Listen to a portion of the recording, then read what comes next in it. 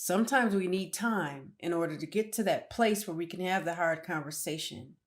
But that doesn't mean we get to live in a harsh environment and create hell in our house.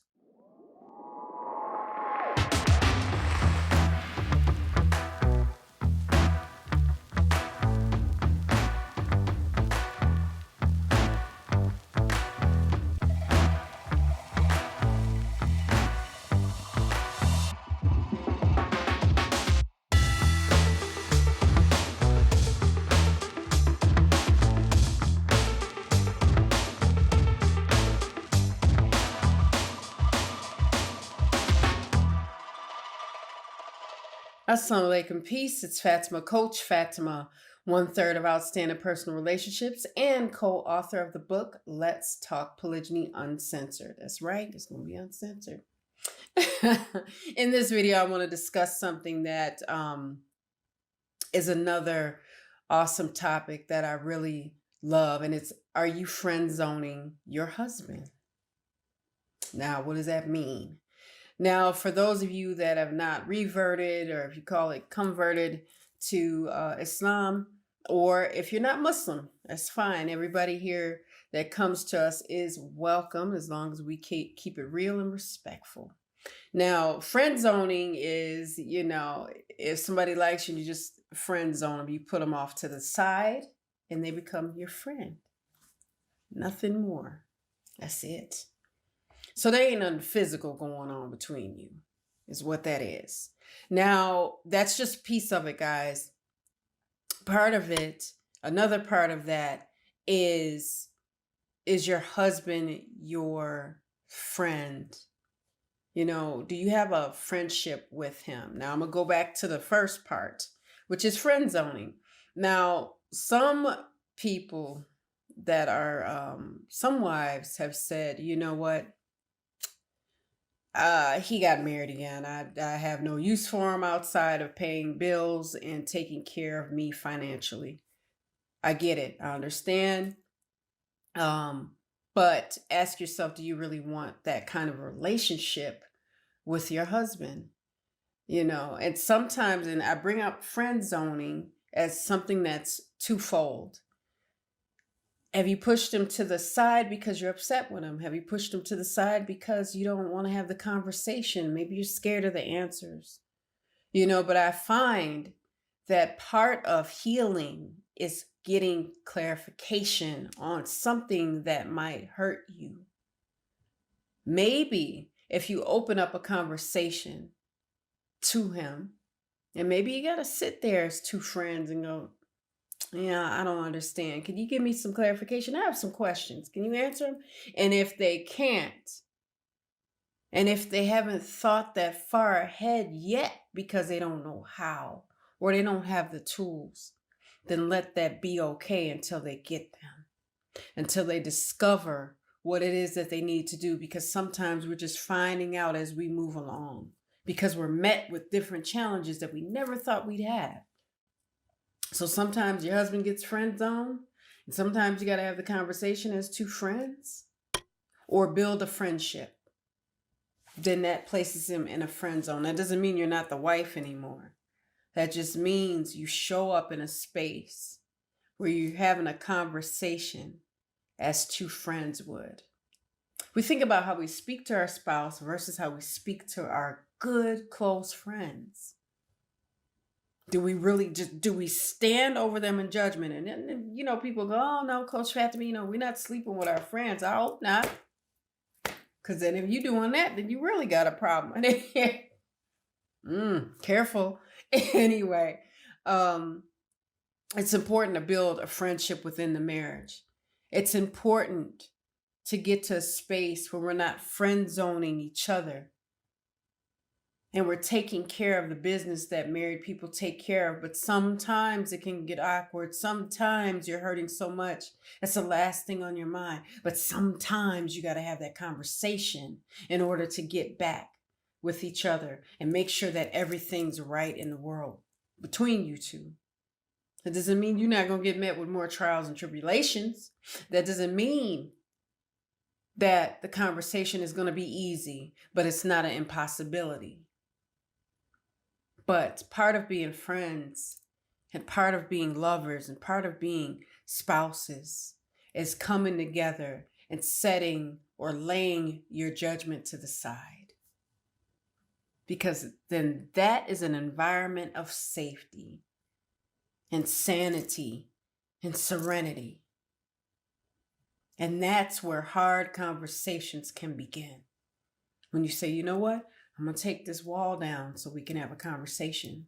And your husband can say, okay, I'm going to take my force field down so that we can have the conversation.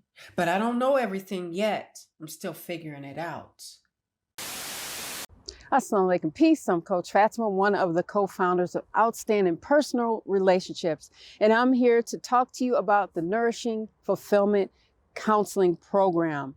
What I do is help women from all walks of life obtain information in the areas of relationship wellness, emotional resilience, self-confidence, and inner discovery for best results for their future success. Growth is about implementation for best practices, for best results for your future. So the Nourishing Fulfillment Counseling Program is here for you to help you kind of weed through some of those negative thoughts of self-limiting beliefs so that you can move forward and attain your goals so that you live a truly fulfilling life.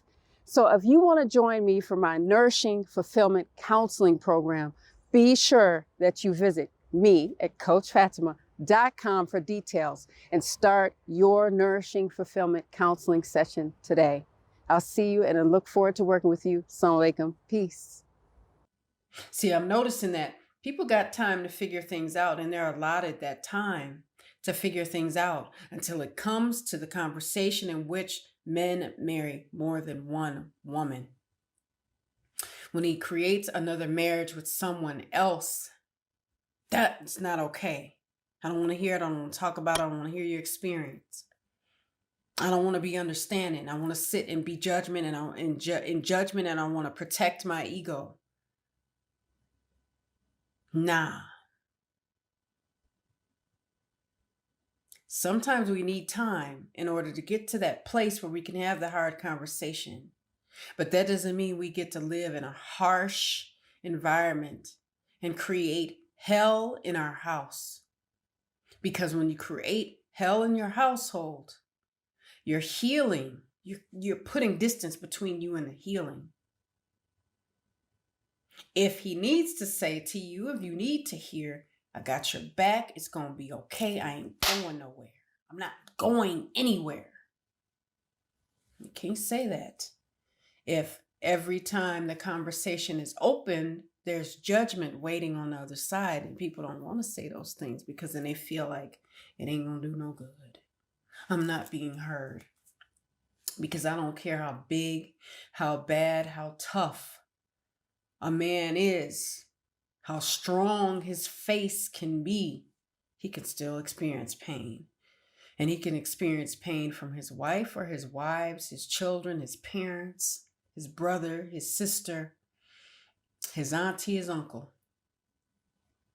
Maybe they're a little bit better at bearing it, but it's there.